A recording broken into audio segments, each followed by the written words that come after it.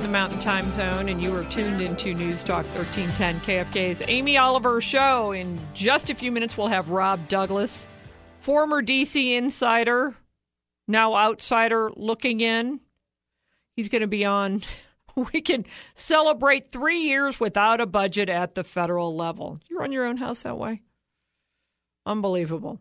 All right, I want to get right back, though, to State Senator Kevin Lundberg. Kevin, we're talking about SB 178, this really huge, massive policy shift that has been introduced 109 days into a 120-day session.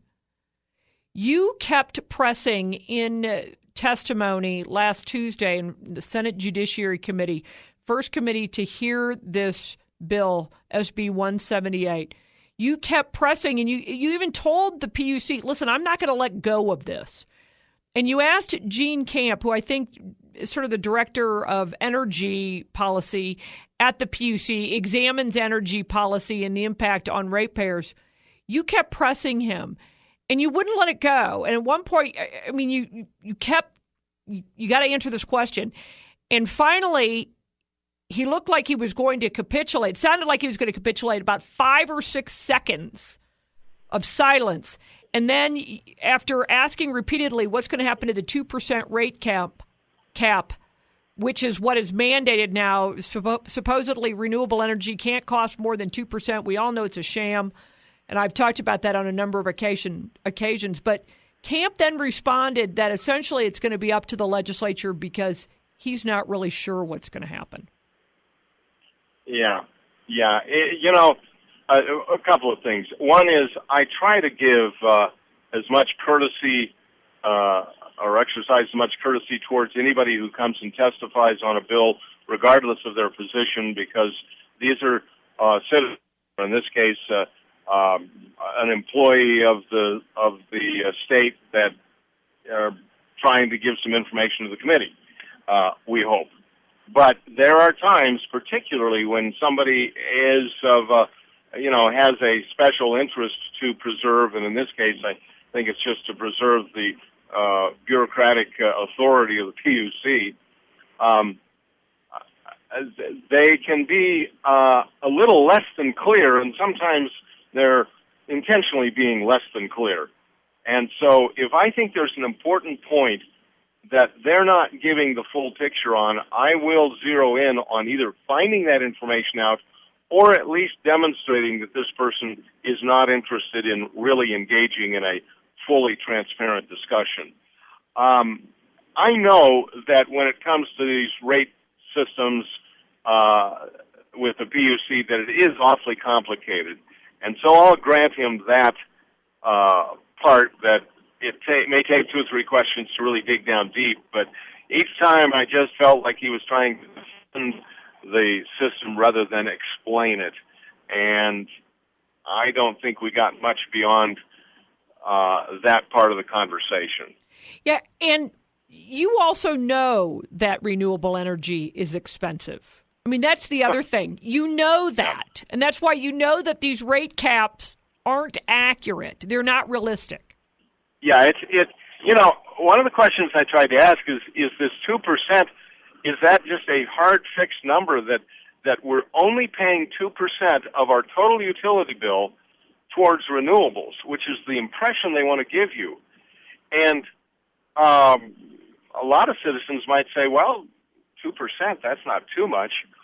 But the way the shells, kind of get moved around on the table, I don't see how it's possible that a 2% increase can allow the utilities to add 30% of their energy sources from brand new energy sources that are several times more expensive on a per watt production metric.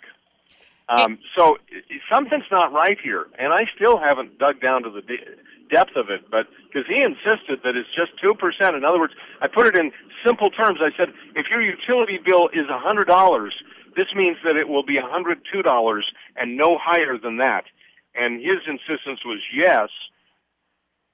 Except for one thing.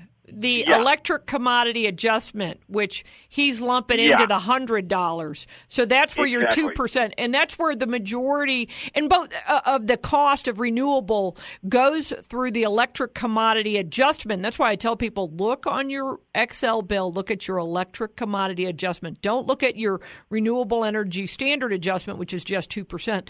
Look at your electric commodity adjustment, because that's where the true cost, that plus your RESA is the true cost of renewable. Both PUC and Xcel Energy both acknowledge that that is the case.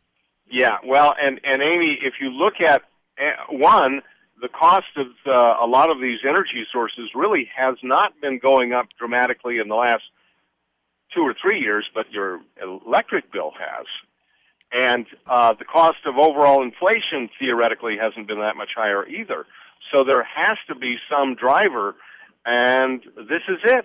It's the renewable energy requirements. By the way, by something like 2020, when this all kicks in, your electric commodity adjustment, again, where the majority of your renewable energy costs are shifted into the electric commodity adjustment, which is not subject to a 2% rate cap, that goes up by 1,000% by 2020. So, and actually, I mean, it's... I've had this conversation with the PUC and have urged them, would you guys please come clean on this, because you've got it in testimony, but your 2% rate cap is a sham. And it's sort of like, well, it's not really a sham, but yeah, I'll call it what you want, but it's not accurate. It's not the full picture. No, it's not. Yeah. My last question for you, Senator, who was behind this bill besides the environmental left? Any idea? Well, you can only look at those who are supporting and those who aren't, and it is true that the AG's office is supporting it. I'm convinced that they are simply trying to fix a possible lawsuit that'll cost them some dollars in court. But if I got it correctly, they weren't actually in committee, but I think Xcel Energy is backing this as well. That's what I was told offline. So, you know, the major players in the industry that really serve to do well, because if the ratepayer is paying the freight, you know, if you're Xcel Energy, you make a little bit more money if the rates are higher, because you get a profit off everything, and it's guaranteed by the rates set by the Public Utilities Commission. Absolutely. So you're not concerned about how much ratepayers are being charged? Unfortunately. But I'm also hopeful that we can garner enough support to kill this bill in the Senate. I won't guarantee it, but we're trying. We've got to get both sides of the aisle. It was a party line vote coming out of committee, but hopefully we can find some folks on the Democrat side that recognize this isn't a good step to take in the last few days of this session. I will touch base with you hopefully during the week, get some updates. We'll look forward to it. Senator, thanks so much for being on the show. I greatly appreciate it. 33 minutes after 9 o'clock in the Mountain Time Zone. Quick update for weather and news, and then Rob Douglas with our Beltway, what's happening inside the Beltway. That coming up in just a minute. This hour of the Amy Oliver Show podcast is sponsored by Lolly's. Your graduation gift is sure to be divine when you do your shopping with Lolly's in mind.